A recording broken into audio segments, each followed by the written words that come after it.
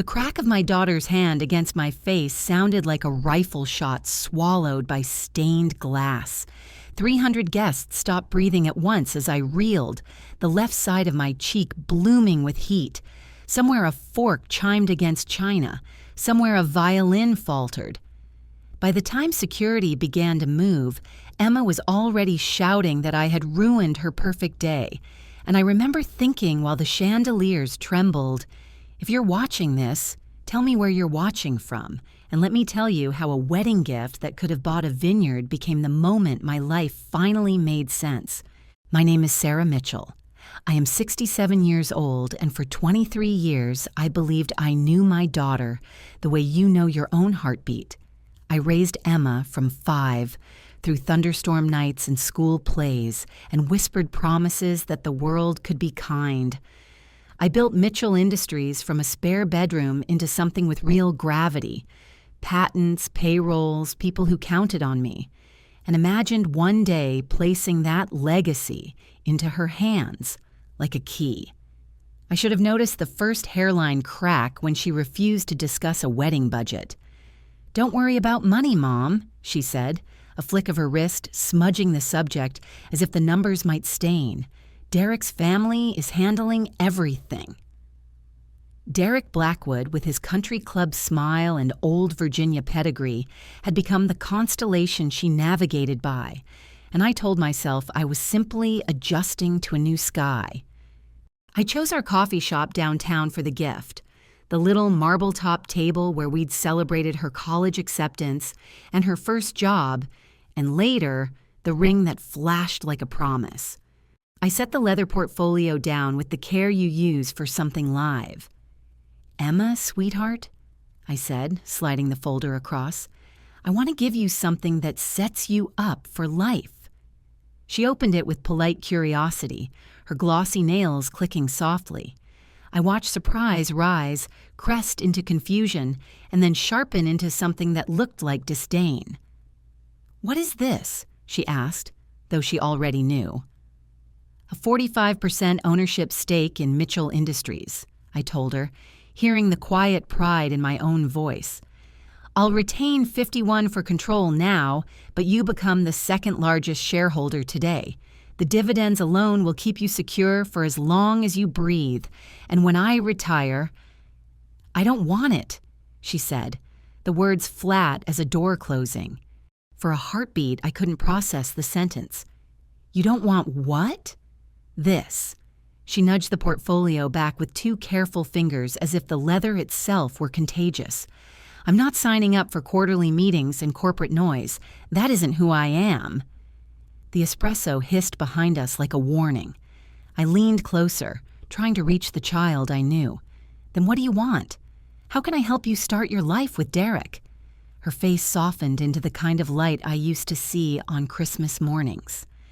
"If you really want to give us a wedding gift," she said, "there is something that would mean more than stock certificates. Of course, anything. $30 million. The number landed in my chest like cold iron. I think my mouth opened and stayed that way until I remembered to breathe. "I'm sorry. What did you say?" $30 million, she repeated slowly, as if translating for someone unwell, in cash.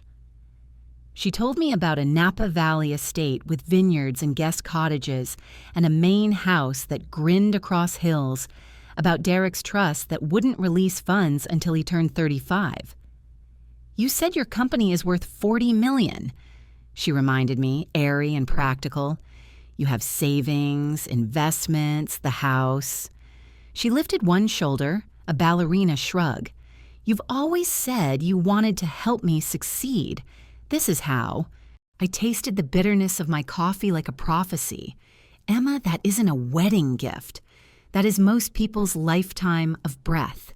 Even if I sold the company tomorrow, which I will not, $30 million is 3/4 of everything I own." She met my gaze without blinking. "You're almost 70, Mom. How much more money could you possibly need?" The sentence didn't just land, it excavated. There it was, the casual arithmetic of my remaining years, the quiet assumption that my life was finished enough to be itemized. I spoke carefully because love can make a fool of caution. Emma, I adore you, but I cannot dismantle the work that raised both of us to fund a fantasy you can tour on a real estate website. The expression that crossed her face was not the tantrum of a child. It was the calculation of someone who believes leverage is love. "So that's it," she said, voice cooling. "You'd rather keep your precious company than see your daughter happy.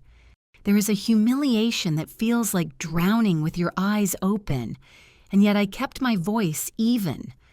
I am offering you nearly half of a company that pays in certainty, not weather. I told you," she said, "I don't want to be chained to your decisions."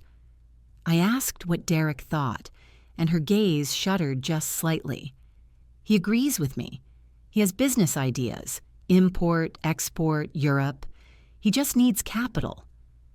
Something hard settled in my stomach, a stone that knew gravity before it fell. I said I needed time to think, and she smiled like a victor. And as I walked to my car, I understood that a line had been crossed so softly I had not felt the cut. In 2 weeks at 2 p.m., she would walk down an aisle toward a man I did not trust, and the cost of that walk was already louder than the vows. The week before the wedding moved like a storm you can see from miles away and still can't dodge. On Friday evening, I drove to the country club, where the rehearsal dinner would gild everything in gold light and champagne bubbles. People kissed both my cheeks with careful admiration, the way people do when they believe your checkbook is part of the guest list. Derek's father, James, rose with a glass, and the room stilled. His voice carried the easy arrogance of a man who'd never been told no. "To Emma," he said, smiling toward my daughter as if she were an acquisition, "and to Sarah, whose generosity is a model for us all." The word generosity hung in the air like a chandelier, heavy and blinding. I lifted my water and smiled, but inside something bristled. Emma beamed. Derek squeezed her hand. People clapped, and I realized with a chill that my refusal had already been rewritten as consent. After dinner, Derek asked for a quick word and led me onto a terrace that smelled of cut grass and money. The last light dripped across the golf course, and he put on a face I had come to recognize as his favorite suit. "Sarah, I want you to know how grateful we are for the Napa gift," he said smoothly, and when I answered, I kept my voice quiet enough to ruffle only the leaves. "I haven't agreed to anything." His smile faltered like a power line in wind. "Oh," Emma said, "it's not settled." Silence opened between us, full of jasmine and calculation. "I'm sure you'll make the right decision," he said at last, then added with velvet steel, "Emma's happiness means everything to me, and I know it means everything to you." I looked at him and saw not a groom, but a lever. "What Emma deserves," I said, "is a husband who doesn't need to cut the cord between a mother and her daughter to feel powerful." His eyes cooled. "She deserves independence from your control," he replied, and for a moment the mask dropped so cleanly I could hear it hit the tile. Saturday arrived gray and honest, rain stippling the cathedral steps by 1:30 p.m., then clearing into a bruise-colored sky as guests took their seats. At 2 p.m., Emma walked on my brother Tom's arm, more stunning than any vow, and for a brief, traitorous heartbeat, I wanted to believe love could make math irrelevant. The ceremony was traditional and glowing. I cried anyway because grief and hope are twins in a certain light. The reception at the Fairmont crystallized into elegance by 7 p.m., white roses like small storms, crystal catching every shard of chandelier. I sat at the head table, careful and composed, as the best man roasted and the maid of honor trembled through sentiment. Then Emma stood. She thanked everyone, her voice steady and luminous, and somewhere halfway through gratitude she pivoted. "I especially want to thank my mother, Sarah Mitchell," she said, and people applauded like they were trained. "Her sacrifice is giving Derek and me our start in Napa Valley." she continued, cheeks flushed with triumph. "The down payment on our new home." The thunder of approval rolled across the ballroom. My heart did not race. It narrowed. When she sat, I leaned in and whispered, "Emma, I never agreed." She smiled without warmth. "You will, Mom. Now you have to." I rose and felt my pulse steady like a metronome. "Emma, sweetheart," I said into the microphone, "there's been a misunderstanding." A hush fell like snow. "I did not give $30 million, I continued, my voice even. "What I offered was a 45% stake in Mitchell Industries, security for life." Emma declined. You could hear ice shift in a glass across 3 tables. Derek stood, color creeping up his neck. "Sarah, this isn't the place," he said, but the place had already been chosen. Emma turned toward me, eyes blazing. "You're humiliating me," she hissed, and I answered, "You chose manipulation over honesty." The room held its breath. Then the sound, sharp, unarguable, as her palm met my cheek and the chandeliers seemed to ring. The sting bloomed across my skin, bright and unreal.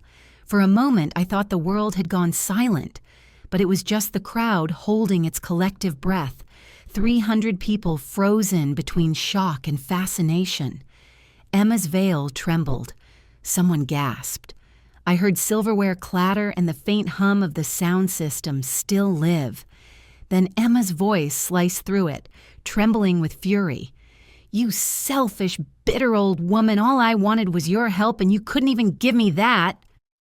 Security started moving toward us, but Derek caught her arm, whispering urgently, "Emma, stop, please." She shook him off. "No, Derek, she needs to hear this. Everyone needs to hear it. Do you know what it's like growing up with her? Always being reminded of what I owe.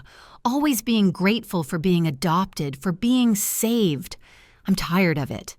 Her words hit harder than the slap. I felt them echo in my ribs, every syllable rewriting the story of 23 years.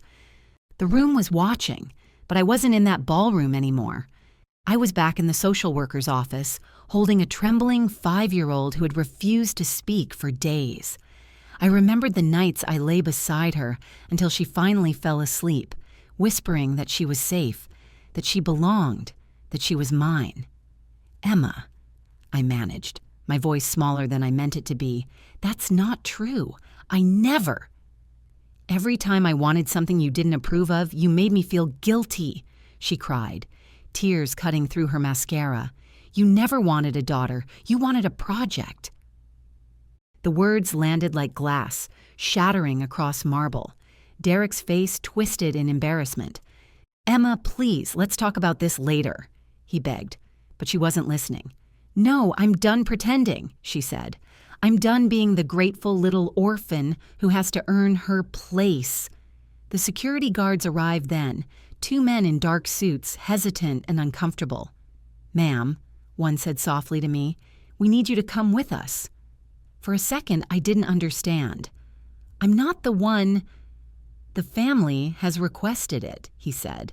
"The family. Derek's family. Of course. I could have fought it. I could have shouted that I was the victim, that I'd just been assaulted by my own daughter. But I was so tired. Tired of the spectacle, of the manipulation, of pretending that this was still love. I straightened, smoothed my dress, and said, "Fine." As they led me out, the crowd parted like water, eyes avoiding mine. I caught fragments of whispers. I knew there was tension. Poor girl, money always ruins things. James Blackwood was already stepping forward, his voice booming over the microphone, smoothing everything over with practiced diplomacy. The music swelled again before I'd even reached the doors.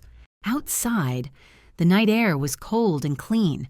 My car sat alone under the floodlights, polished and silent, waiting for me like the last loyal friend I had left. I sat inside for 20 minutes, hands trembling, watching my reflection in the rearview mirror. The slap had left a faint red mark, nothing more. I could almost laugh at how small the evidence was compared to the wreckage it represented.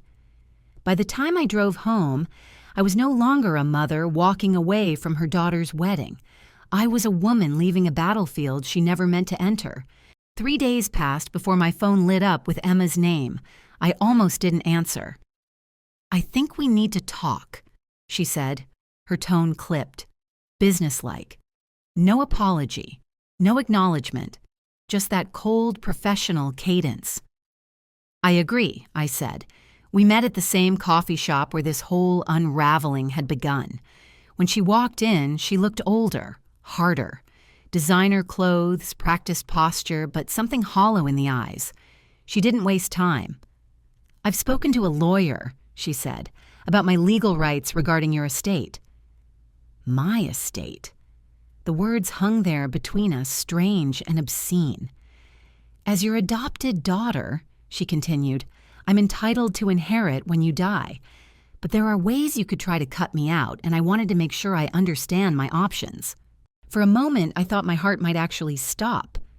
"Emma," I said quietly, "I'm in perfect health. I'm not planning to die anytime soon." "But you will," she replied evenly, "and when you do, I want to make sure Derek and I are protected." The casual cruelty of it took my breath away. I studied her face, trying to find the child I'd once known, but all I saw was calculation. "How long have you been planning this?" I asked. "Planning what?" she said too quickly. I leaned back, feeling the sharp edge of clarity. This, the public announcement, the pressure, the manipulation. "How long have you and Derek been working on this plan?" For a split second, her eyes flickered. The smallest tell, but it was enough. I let the silence stretch between us, long enough for the coffee machine's hiss to sound like a verdict. "You're being paranoid," Emma said finally, her voice too controlled, too measured. "Am I?" I asked, sliding my phone from my purse. Because after that wedding, I started doing what I do best: research. I opened my notes app, scrolling through the list I'd compiled over sleepless nights. "Did you know Derek's father's hotel chain filed for bankruptcy 6 months ago, right around the time Derek met you?" She froze, the color draining from her face. "That's not possible. The Blackwoods are—" "Broke," I interrupted. $47 million in debt. The hotels are being liquidated. Lawsuits from employees, wage theft, bad loans. Their accounts are frozen, Emma. There is no old money, no inheritance, no Napa dream home. That vineyard was a lifeline, not a gift." Her coffee sat untouched, cooling fast. How could you find that out?" she whispered. "I hired a private investigator," I said simply. "The same one I use for corporate due diligence. Derek's family is drowning, and you were their lifeboat. $30 million of clean cash tied to a woman they assumed would do anything to please her daughter." She shook her head, tears rising in her eyes. "No, Derek loves me. He said the business just had temporary issues, cash flow problems." "Temporary?" I said softly. "Emma, they were planning to use your marriage to fund their recovery. You were never the bride. You were the investment." For a long moment, she just stared at me, breathing hard, her fingers trembling against her cup. Then she whispered, "Oh God, what have I done?" It was the first time in months she'd sounded like my daughter. "When I asked about the estate," she said, "he told me everything would make sense once we owned it outright. He said the vineyard would give us freedom." "No, sweetheart," I said gently. "It would have given him leverage." Emma's composure cracked then. She pressed her palms to her face and began to sob quietly. "He lied about everything, didn't he?" she said through tears. "His college, his work, the investments. Did he ever show you proof?" I asked. "Diplomas? Business records? Anything?" She shook her head slowly.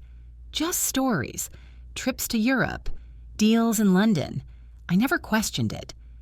I reached across the table and took her shaking hands, the way I had when she was 5 and woke from nightmares.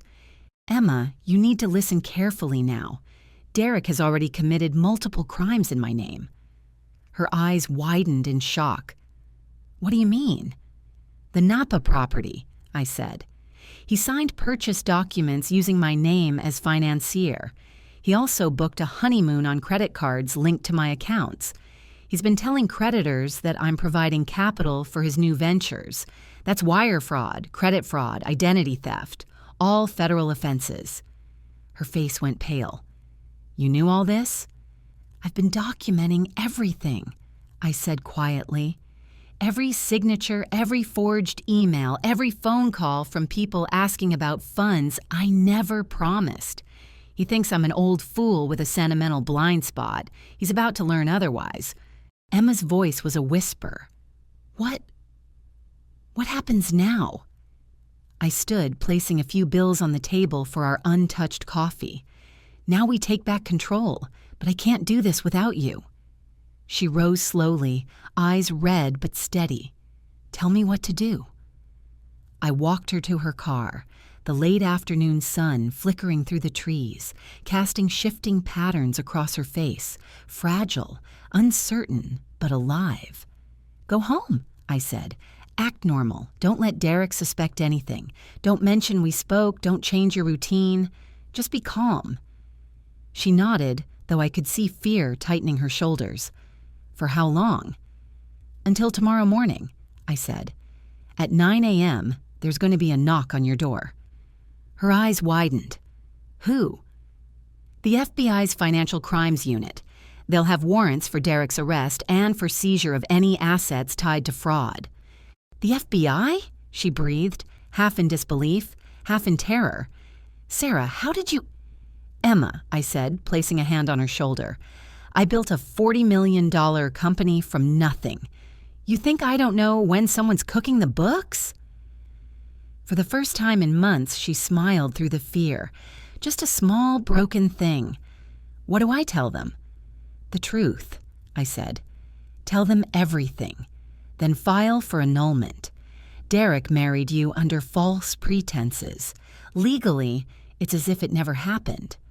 She nodded slowly, determination replacing despair. He's going to hate me, she whispered. He already betrayed you, I said. This isn't about hate anymore, it's about survival. The next morning came with a stillness so heavy it felt staged. Emma called me at 9:07 a.m., her voice trembling. They're here, she whispered. I could hear the knock echoing faintly through the receiver, followed by the low rumble of male voices identifying themselves as the FBI Financial Crimes Unit.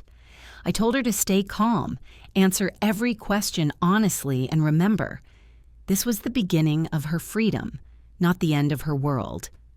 When she hung up, I sat in my kitchen, the sunlight spilling across the counter like mercy, and waited for the next ring. By noon, Derek Blackwood was in custody. Wire fraud, credit fraud, identity theft, the vineyard purchase, the honeymoon bookings, the false statements, every document was traced back to him. The news broke before evening, headlines whispering the fall of a once promising heir. His family's fortune unraveled completely. The Blackwood name, once a gold seal on social invitations, became a footnote in bankruptcy reports. And for the first time in months, I felt the weight lift. Not triumph, not vindication, but a strange, quiet peace. I hadn't just saved my company, I'd saved my daughter's soul from being collateral damage. Emma and I met that evening at the same coffee shop, the place that had seen the best and worst of us. She looked different, paler, humbled, her eyes rimmed with exhaustion. It's over, she said, almost disbelieving. They took him. I nodded. It's over. Then came the silence, the kind of silence that belongs to aftermaths. He told the agents I was part of it, she whispered, that I knew everything. He was always going to, I said softly. When cornered, liars trade truth for oxygen, but the evidence clears you. She exhaled, a shudder breaking loose. "I don't know who I am anymore, Mom." "You're still my daughter," I said. "That's who you are." Months passed like a slow exhale. The world moved on from the scandal. Social media found newer tragedies to devour. The Blackwood estate was auctioned, their empire dissolved into court filings. Derek was sentenced to 18 months in federal prison, his sentence shortened by a plea deal that spared Emma further public scrutiny. She moved back into her apartment, found work at a nonprofit, and began taking business classes at night. For the first time, she was building something for herself, not for appearances. Some mornings we'd meet for coffee and she'd tell me about her coursework, accounting, leadership, finance, subjects she'd once dismissed as corporate nonsense. I'd listen quietly, knowing this was her rebuilding. 6 months after the wedding, the air smelled of early summer again. We sat in our usual corner at the cafe, sunlight soft through the window. Emma looked stronger now, lighter somehow.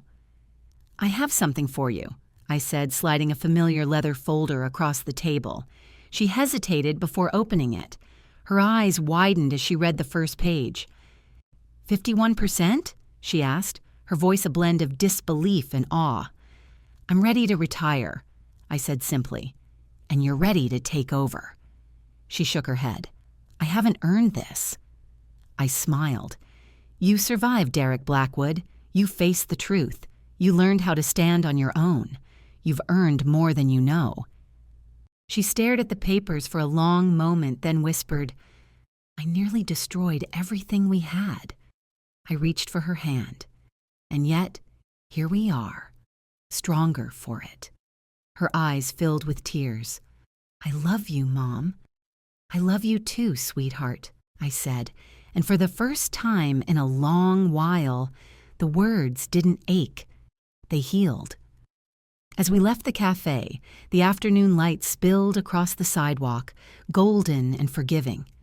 The world hadn't changed much, but we had. Sometimes I think about that slap, the sound that started it all. It lived online for a week, a viral clip labeled "Bride Melts Down at 30 Million Wedding." Strangers speculated about greed and inheritance, about who was right or wrong, but they never saw the real ending, the quiet forgiveness, the rebuilding, the late-night phone calls where Emma told me about her classes, or the mornings she showed up at my office just to shadow meetings. They never saw the moment she stood at a boardroom table presenting her first business proposal, her voice clear and sure. They never saw me watching from the doorway, proud beyond words. If you've stayed with me through this story, remember this. Sometimes the loudest heartbreaks are the ones that save us. Love isn't about giving people what they ask for. It's about standing firm when they've lost their way. Forgiveness isn't weakness. It's the bridge that lets you both come home. Thank you for listening. If this story touched you, don't forget to like, share, and subscribe. And tell me in the comments what you would have done if you were in my shoes. Your stories matter more than you think.